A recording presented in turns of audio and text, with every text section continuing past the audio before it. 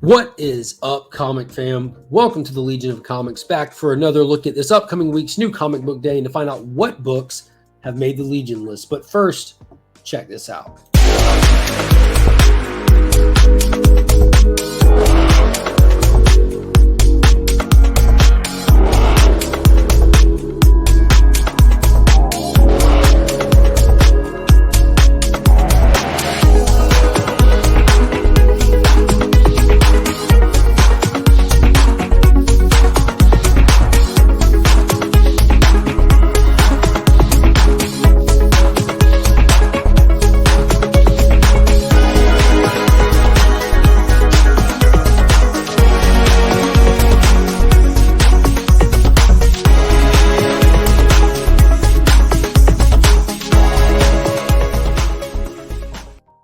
Big shout out to Big Time Collectibles for sponsoring the monthly Legion Loot giveaway for the channel members, as well as Justin Comics. If you need anything clean to press, hit him up on Instagram. Use that promo code WeAreLegion and take advantage of that buy two, get one free special we have going on. All right, like I said, it's new comic book day coming up, so it's time to take a look at what books have made my Legion list to see what's going to be on my reading pool for this week. And first up, I'm excited to say The Shadow of the Bat, Part 5 in Detective Comics 1051. So as you can see from the cover, they just introduced Psycho Pirate to the mix.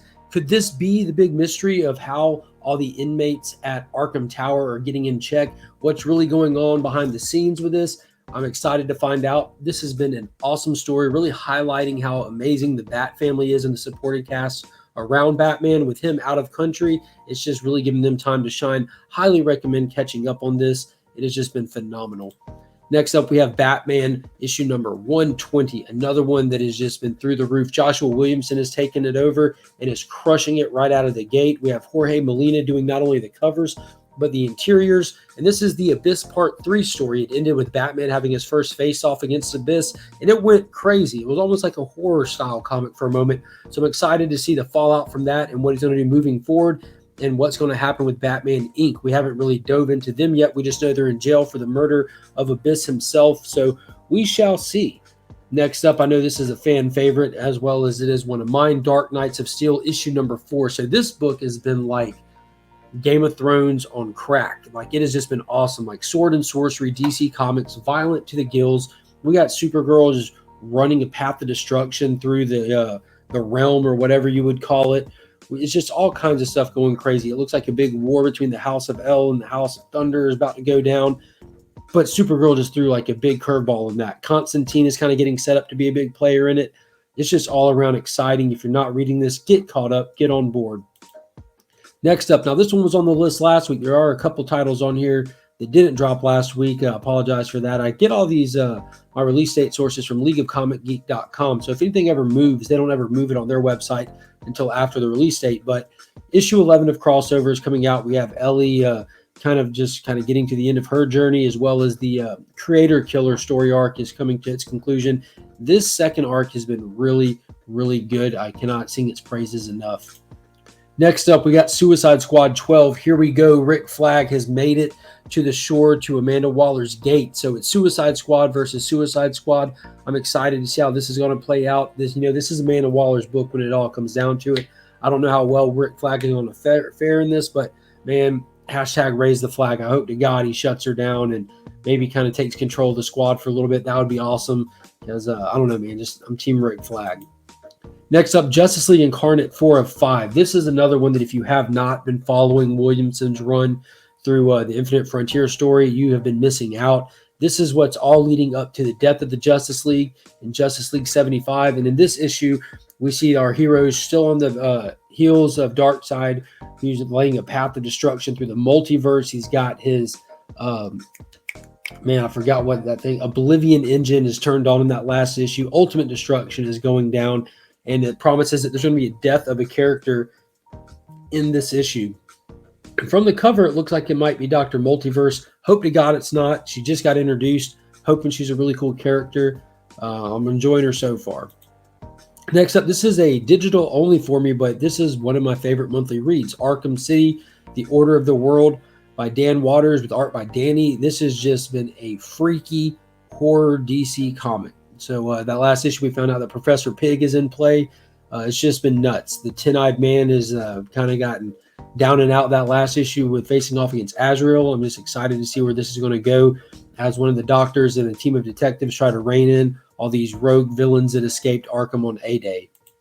Next up, we have New Bern issue 3. So I think this is going to be the kickoff to the actual first story arc. We've been introduced to the characters in the first 2 issues.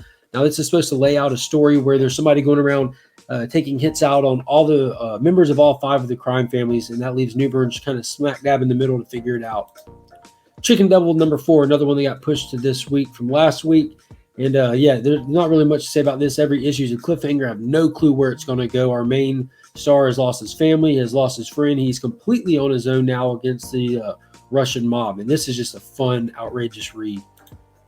Next up, World of Krypton number 3 of 6. So again, unless you're really hard into Superman and Superman mythos, this isn't going to be for you, but I'm really enjoying it. It's really laying out a lot of the politics of Krypton and just kind of those last days of Krypton. We've seen how the House of El and the House of Zod started to get that first split in their agreements in that last issue, and all the while the planet is slowly dying around them. There's so many signs that are being given to them, and they're all being ignored for the greater good of the politics that are going on. So it's kind of sad seeing the writing on the wall.